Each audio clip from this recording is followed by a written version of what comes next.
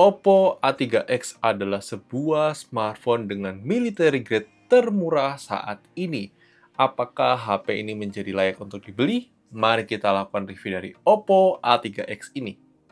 Disclaimer terlebih dahulu, kita mendapatkan unit Oppo A3X ini dari distributor ponsel. Kalau misalnya kalian tertarik untuk beli HP ini, langsung saja kunjungi distributor ponsel di Tokopedia ataupun Shopee ya guys.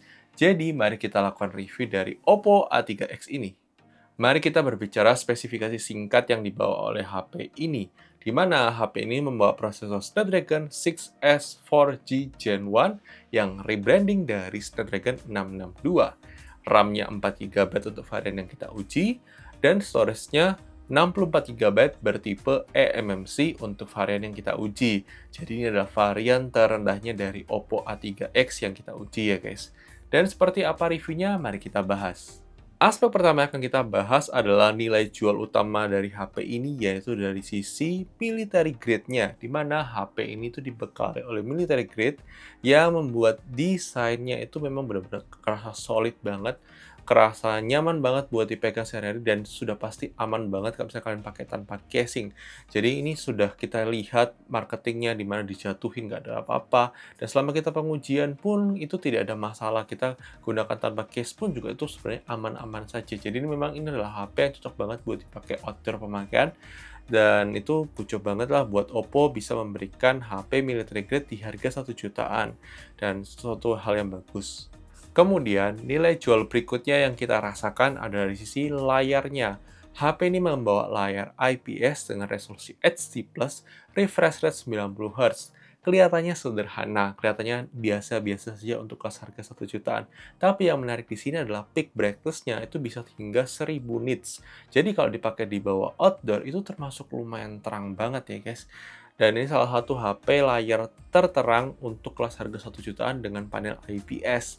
Dan untuk YouTube juga bisa nonton YouTube sampai 1080p 60 fps, dan untuk Netflix bisa dengan wideband L1 ya guys. Kemudian untuk sektor speaker, HP ini dibekali oleh single speaker yang punya fitur namanya audio boost hingga 300%. Jadi suatu hal yang masih termasuk lumayan bagus untuk kelas harga 1 jutaan. Meskipun kalau di boosting karakter audionya akan lebih berkurang daripada karakter aslinya. Tapi menurut kita itu suatu hal yang masih bagus untuk ditambahkan di kelas harga HP 1 jutaan ya guys. Kalian bisa dengarkan sampel audio speakernya setelah ini.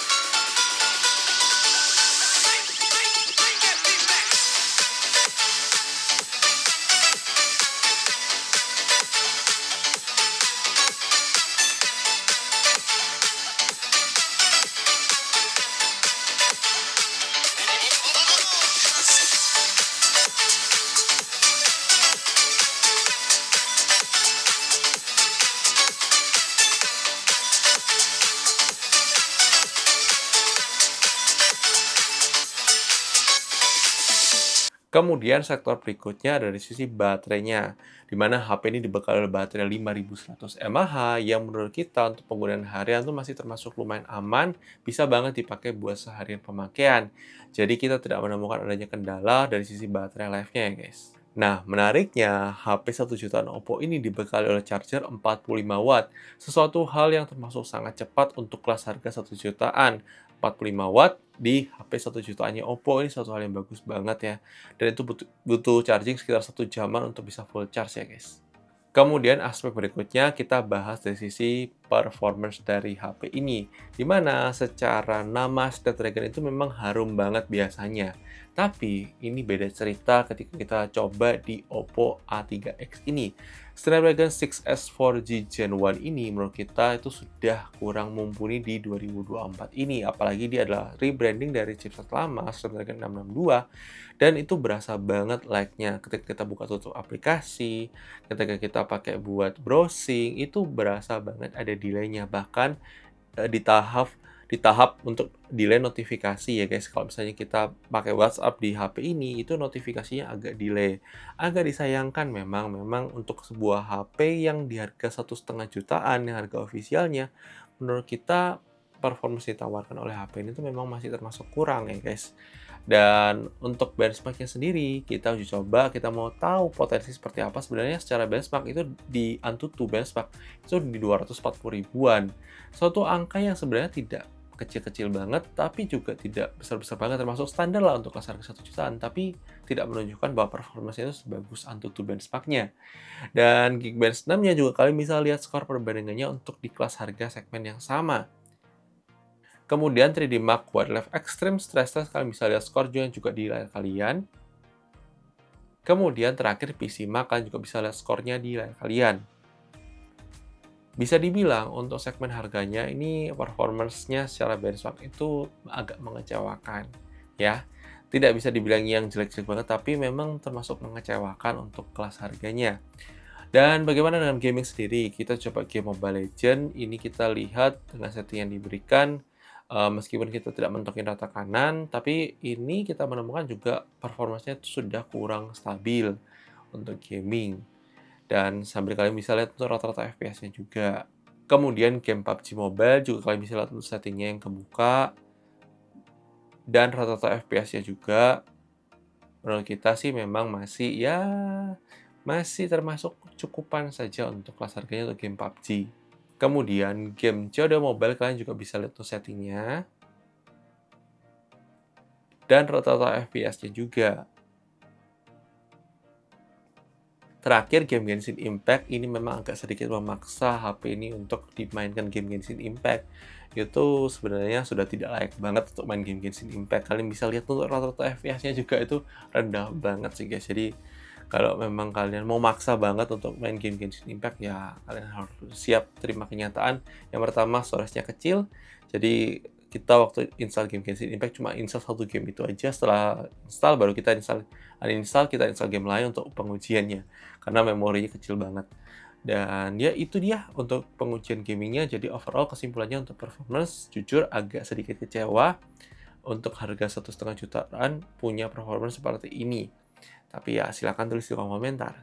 Kemudian sektor berikutnya dari sisi kamera. Nah ini kamera juga menurut kita masih termasuk kurang. Untuk kelas harga 1,5 juta rupiah, di saat sensor-sensor kamera tuh banyak yang 50 megapiksel, atau minimal 12 megapiksel atau 32 megapiksel, HP Oppo ini dibekali kamera utama cuma 8 megapiksel, kamera depan sebesar 5 megapiksel, yang kualitasnya memang termasuk ya bisa dibilang agak kurang sih guys menurut kita untuk kelas harga 1,5 juta rupiah. Tapi kalian bisa nilai sendiri sampel-sampel foto dan videonya. Memang kadang-kadang ada beberapa sampel foto itu masih termasuk lumayan oke. Tapi overall secara keseluruhan kita compare sama videonya juga itu memang masih agak termasuk kurang untuk kelas harganya guys. Kalian bisa lihat tuh sampel videonya juga setelah ini ya guys.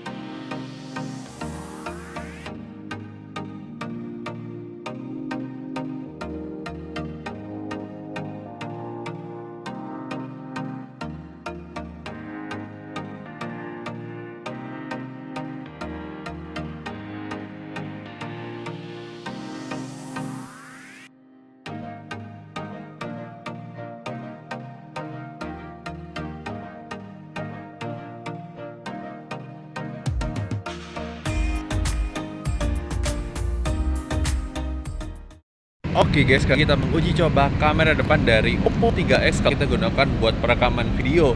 Untuk kualitas perekaman videonya memang ini lebih ke sekedar ada aja untuk kameranya ya, dalam kondisi cahaya yang terang maupun dalam kondisi cahaya yang gelap. Nanti kalian bisa lihat juga setelah ini.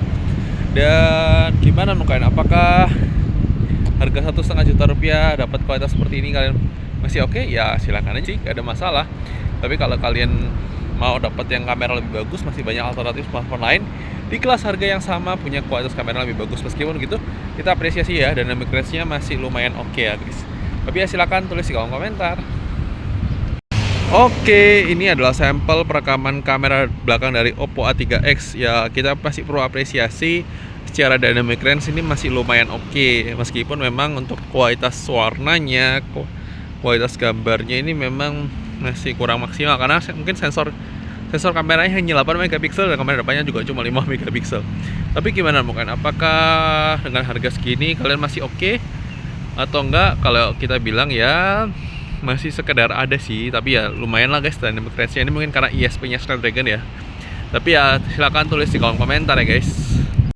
Oh, ini dia adalah sampel perekaman kamera depan dari Oppo A3 kalau kita gunakan buat perekam di kondisi low light.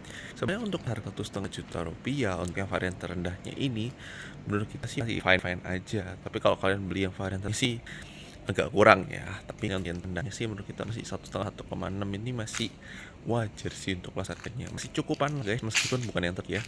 Kondisi low light seperti ini, noise-nya masih cukup berasa ya. Tapi untuk kelas harga habis 1 jutaan kita nggak bisa terlalu banyak komplain yang bagaimana ya. Meskipun memang bukan yang baik, ada lain yang lebih baik untuk kualitas kamera dalam low light harga 1 jutaan. Tapi silahkan tulis di kolom komentar. Oke guys, ini dia adalah sampel perekaman kamera belakang untuk Oppo A3X kalau kita gunakan buat perekaman video dalam kondisi low light. Kurang lebih seperti ini untuk kualitas kamera belakangnya.